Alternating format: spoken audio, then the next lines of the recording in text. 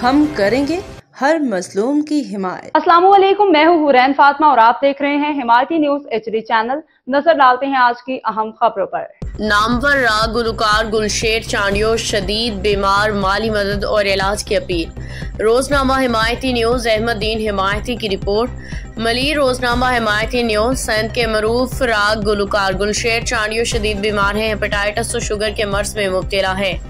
तकरीबन पिछले 5 सालों से बीमारी के आलम में है। वो बिस्तरे अलालत पे हैं और इलाज के लिए वसाइल नहीं हैं। गुलशेर चांडियो ने सहाफियों से गुफ्तगू करते हुए बताया कि उन्होंने अपना तमाम सरमाया बेच के इलाज करवाया, मगर तबीयत में कोई खातर ख्वाह बेहतरी नहीं आई। गुर्बत के बायस वो मजीद इलाज जारी नहीं रख सकते। उन्होंने वाज़ेह किया कि अब सूरत हाल बहुत नाजुक है और उनको ज्यादा से ज्यादा तिबी और माली मदद की जरूरत है।